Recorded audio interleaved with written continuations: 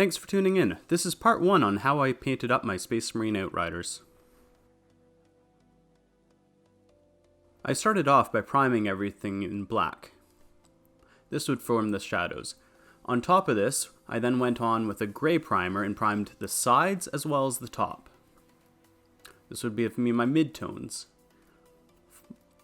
Following this up, I used a white primer to just spray the top parts of the models. You can see that here. The tops are the brightest, while the bottoms are the lowest. When I spray on the next coats, they're going to be transparent and these highlights are going to show through. You can see it good on the backpack here, as well as on the side of the bike here, the gradation from the white through the gray to the black primers. I think when people first try this method, they really underestimate just how patient you have to be and how much time it's going to take. You have to really build it up with multiple thin coats and just get a little bit of color each time you add a bit more paint. As you can see here, even with only 2 coats, I got a little color, but it's not nearly what I want to have yet. So I just keep on adding more and more and more until I get the color shade that I want.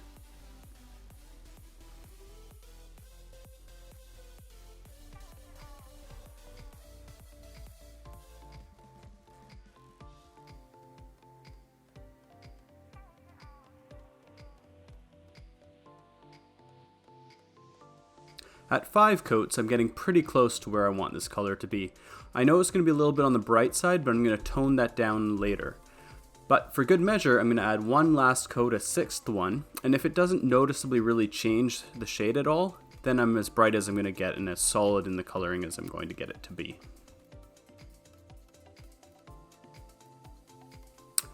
Next up, I'm going to mask off a stripe on the bodies in order to help break up the color.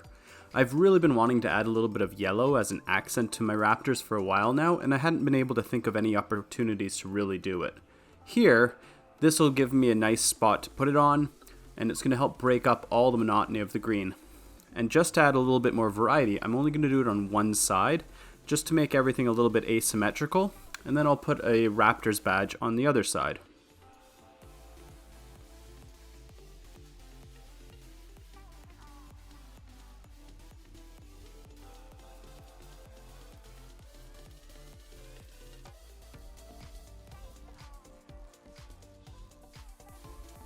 With all the tape now in place, I'm going to use a liquid mask in order to chip the stripes. And to do this, I'm going to take a sponge, I'm going to dip it into the liquid mask, I'm going to get some of the excess off of it so I don't get a flooded area. And then what I'm going to do is I'm going to just dab it on to where I want to chip away. This will give me nice random patterns, and it'll just show some wear and tear to add to the weathering of the overall look of my bikes.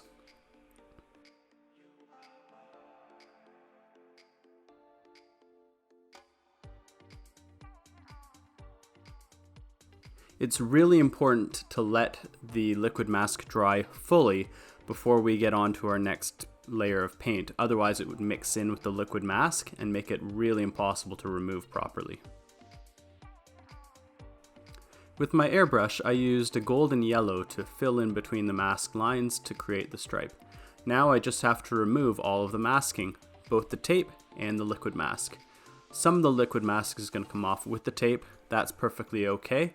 And then the rest I'll have to get off afterwards.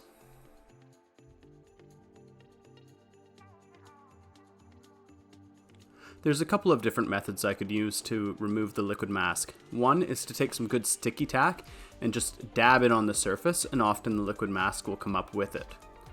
However, if that's not working very well, just a good white eraser, rubbing that on the surface will bring the mask up as well. Of course, it's really important to make sure that the yellow paint or the paint that you put over top of the mask is completely dry here.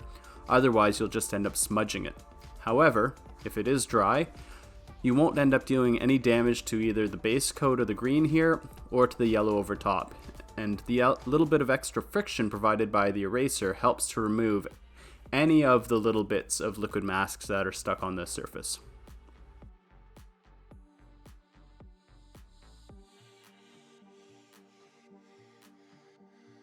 With all the masking removed, it's time to add some detailing with water slide decals. In this case, I'm just putting a Raptor logo onto the green side that I received from Light Industries. To use them, you just put the decal into water, let it sit for a few seconds to allow the top surface to separate from the bottom surface, from the paper. And then what I use here is a rubber tipped brush to help separate it a little bit so that I can work with it. I use my tweezers, I pick it up, I set it onto the bike roughly where I want it to go, and I slide it off. While the surface is still wet, I can move it around and adjust it as much as I need to until it's in the final spot.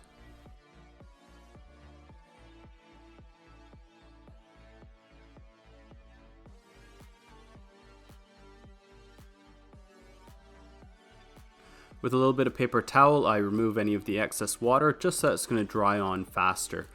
When all of the water has evaporated, then the decal will stick to the surface.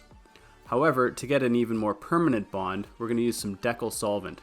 Not super important on a flat surface like this, but if you're going to be using it on any sort of a curved surface, then it's essential that you use decal solvent in order to get it to shape with that surface.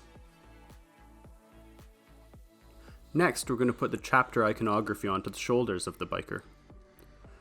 We're going to put a chapter badge onto the left one, Raptors one of course, and then we're going to put a battlefield roll one onto the other side. Because we're working on a curved surface with the shoulder pad here, it's really important to use the decal solvent. This solvent softens the decal and allows it to curve to the surface. It's not just going to do it automatically though. We're going to have to let it sit there for a little bit and then massage it a little bit in order to get it to really conform and get rid of any of the wrinkles.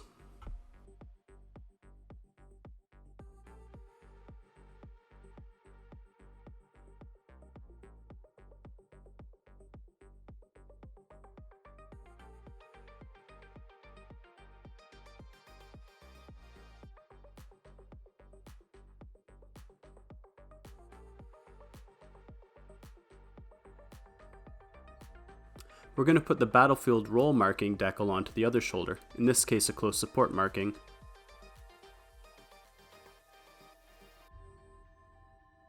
The close support marking is much bigger than the Raptor head was, and it's a big square, so it really fills up the shoulder pad. This also means it's a lot harder to get it to conform to the surface. Sometimes I use a knife tip very carefully if I need to adjust the position in really small amounts to get it exactly where I want it to be.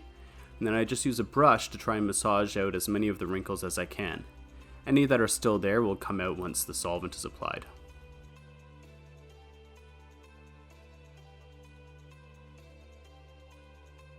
Now that I have the decal in the right spot, I'm going to apply some solvent to it. I just need to make sure there's good even coverage on the whole decal.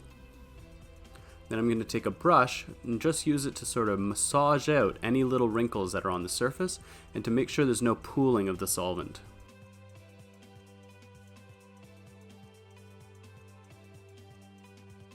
Once the solvent has had some time to set, you can always go back and check to make sure there's no more wrinkles that need to be removed.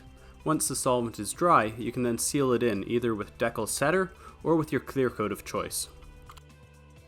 Looking at the bikes, I decided I wanted to build a little bit more narrative for them. To do this, I decided little skulls would serve as kill markers. Figure for a Space Marine, each one of these little skulls must represent something like 10, maybe 25 kills, because they're so efficient. Of course, the sergeant would have the most, and the rest of the squad would have a few less.